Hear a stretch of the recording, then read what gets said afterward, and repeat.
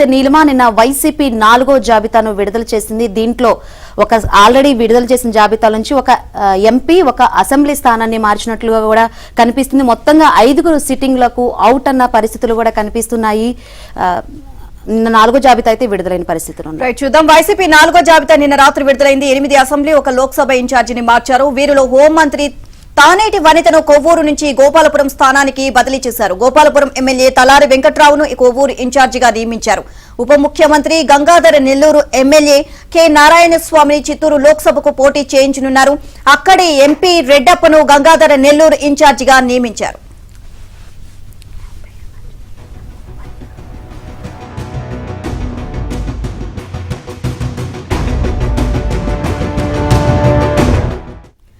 Tiruvuru MLA రక్షణ నిధికి CM Jagan మొండిచేయి చూపారు. ఆయన స్థానంలో ఇటీవల టీడీపీ నుంచి వచ్చిన మాజీ ఎమ్మెల్యే నల్లగట్ల స్వామిదాసుకు అవకాశం ఇచ్చారు. విజయవాడ లోక్సభ ఇన్ఛార్జ్ కేసినేని నాని స్వామిదాసు పేరును సిఫార్సు చేశారు. తాజా జాబితాలో టికెట్ దక్కని సిట్టింగ్లలో జొన్నలగడ్డ పద్మావతి, ఆర్థర్, బుర్రా మధుసూదన్ యాదవ్, తిప్పేస్వామి కూడా ఉన్నారు.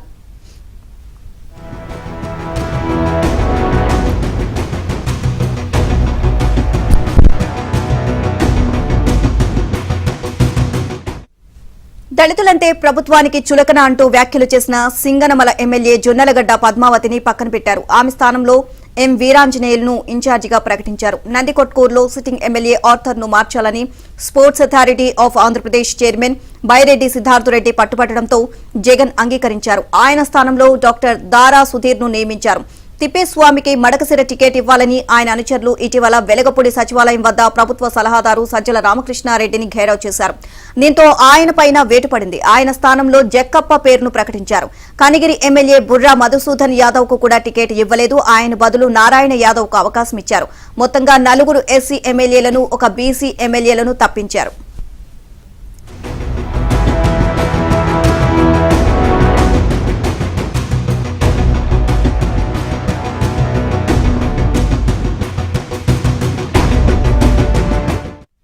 కనిగిరి ఎమ్మెల్యే మాజీ మంత్రి కొలుసు పార్థసారథి వియంకుడైన బుర్రా మధుసూదన్ యాదవ్ కు జగన్ షాక్ ఇచ్చారు.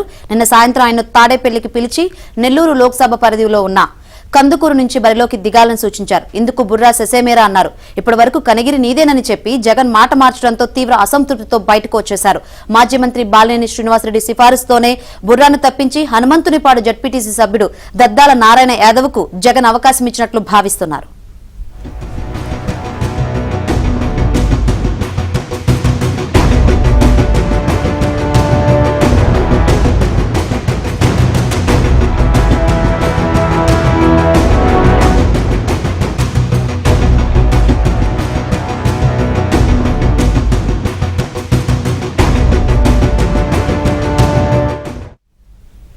కాగా కందుకూరు ఎమ్మెల్యే మాజీ మంత్రి ఎం మహేందర్ రెడ్డితో కూడా జగన్ నిన్న సాయంత్రం మాట్లాడారు. అన్ని ఆలోచించి తాను ఒక నిర్ణయం తీసుకుంటానని సీఎం చెప్పగా ఏ నిర్ణయం తీసుకున్నా తన వైపు నుంచి ఇబ్బంది ఉండదు అని మహేందర్ రెడ్డి కూడా చెప్పినట్లు తెలిసింది. నెల్లూరు లోక్సభ స్థానం నుంచి పోటీ చేయనున్న రాజ్యసభ సభ్యుడు వేమిరెడ్డి ప్రభాకర్ రెడ్డి మాత్రం మహేందర్ రెడ్డిని రంగంలో ఉంచాలని గట్టిగా కోరుతున్నారు.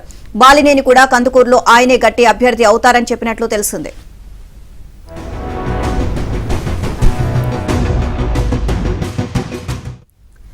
బాలినేని సిఫార్సు చేసిన మాజీ మంత్రి సిద్ధ రాఘవరావు కుమారుడు టీటీడీ సభ్యుడు సుధీర్ కు అవకాశం ఇచ్చి ఎమ్మెల్యే నాగార్జున రెడ్డిని గిద్దలూరుకు బదిలీ చేయాలని తొలుత భావించారు. అయితే బాలినేని సుధీర్ కలిసి మార్కాపురంలో పోటీ చేయడం ఇష్టం లేదని చెప్పి సీఎంఓకు వెళ్లకుండా వెనుదిరిగి వచ్చారు. ఈ నేపథ్యంలో ఎమ్మెల్యే నాగార్జున రెడ్డి నిన్న సాయంత్రం జగన్ ను కలిశారు. జాగ్రత్తగా పనిచేసుకో, అందరినీ కలుపుకొని పోవాలి అని సీఎం చెప్పినట్లు తెలిసింది. బాలినేని డిమాండ్ మేరకు ఒంగోలులో నివాస స్థల భూముల కొనుగోలుకు 180 కోట్లు విడుదల చేస్తూ నిన్న మధ్యాహ్నం ప్రభుత్వం ఉత్తర్వులు జారీ చేసింది. దీంతో ఒంగోలులో పోటీకి ఆయన అంగీకరించారు.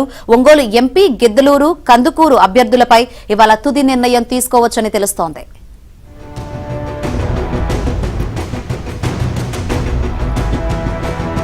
విడుదల చేశారు. మొత్తం 9 మందితో జాబితా విడుదల చేయగా అందులో ఒక బీసీ మినహా మిగతా 8 ఎస్సీలు ప్రాతినిధ్యం వహిస్తున్న నియోజకవర్గాలు ఉన్నాయి. ఈ 9 మందిలో కూడా 5గురికి అంటే 4 ఎస్సీలకి, ఒక బీసీకి కూడా టికెట్లు అవుట్ అయ్యాయి.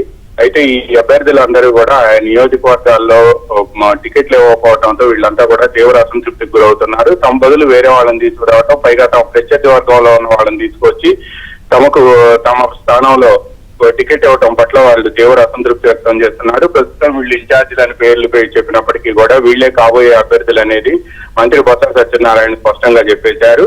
అయితే ఇందులో ఒక బీసీ ఎమ్మెల్యే ఉమ్మడి ప్రకాశం జిల్లాలోని కనిగిరికి చెందిన బీసీ ఎమ్మెల్యేని కూడా తొలగించి అక్కడ మరో బీసీకి ఇచ్చారు. ఇక ఇద్దరు ఉప ముఖ్యమంత్రులు కూడా టికెట్లు తీసేశారు. ఒకళ్ళకి నారాయణ స్వామికి చిత్తూరు ఎంపీగా ఇవ్వగా మాజీ హోంమంత్రి డిప్యూటీ చీఫ్ మినిస్టర్ గా ఉన్న ప్రస్తుత హోంమంత్రి డిప్యూటీ చీఫ్ మినిస్టర్ గా ఉన్న వనితని ఉమ్మడి పశ్చిమ గోదావరి జిల్లాలోని కొవ్వూరు నుంచి తీసుకువెళ్లి గోపాలపురానికి టికెట్ ఇచ్చారు.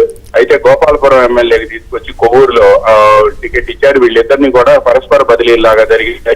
ఈ మొత్తం వ్యవహారంపై కూడా ఎస్సీ నియోజకవర్గాల్లో ఉండే మరొక ఎస్సీకి టికెట్ ఇచ్చినప్పటికీ కూడా ప్రధానంగా తాము చేసిన పాపం ఏమిటి అని చెప్పి కూడా వాళ్ళంతా ప్రశ్నిస్తున్నారు. ఇప్పటికే చాలా జిల్లాల్లో కూడా ఇటువంటి మార్పులు ఇప్పటి వరకు కూడా మార్పులు చేసుకుంటూ గతంలో మొత్తం 59 వరకు మార్పులు చేయగా ఇప్పుడు 9తో కలుపుకొని మొత్తం 68 మందిని మార్చివేశారు.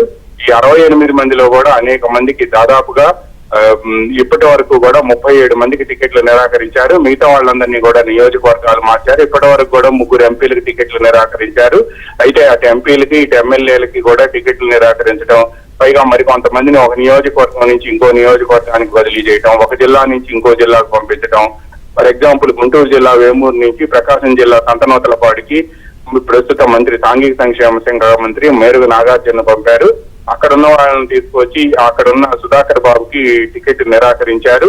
అదేవిధంగా ప్రకాశం జిల్లా ఎర్రగొండపాలెంలో ఉన్న మంత్రి ఆదిమూలం సురేష్ ని తీసుకొచ్చి కొండేపి నియోజకవర్గానికి పోటీ చేయిస్తున్నారు.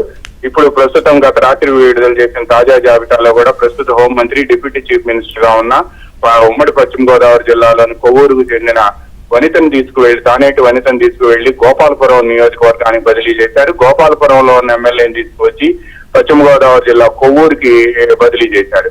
ఈ విధంగా బదిలీ చేయటం, అదే విధంగా ఒక బీసీని తీసేసి ఇంకో బీసీకి, ఒక ఎస్సీని తీసేసి ఇంకో ఎస్సీకి టికెట్ ఇచ్చినప్పటికీ కూడా ఆ నియోజకవర్గంలో ఇప్పటి వరకు 4.5 సంవత్సరాల నుంచి అభివృద్ధి కార్యక్రమాలు చేయడంతో పాటు సీఎం ప్రకటించిన అన్ని కార్యక్రమాలను కూడా అమలు చేస్తున్న తమను పార్టీ కార్యకర్తలతో అనుసంధానంతో ఉన్న తమను తొలగించడం ఏమిటి అని చెప్పి కూడా వాళ్ళు తీవ్రంగా ప్రశ్నిస్తున్నారు.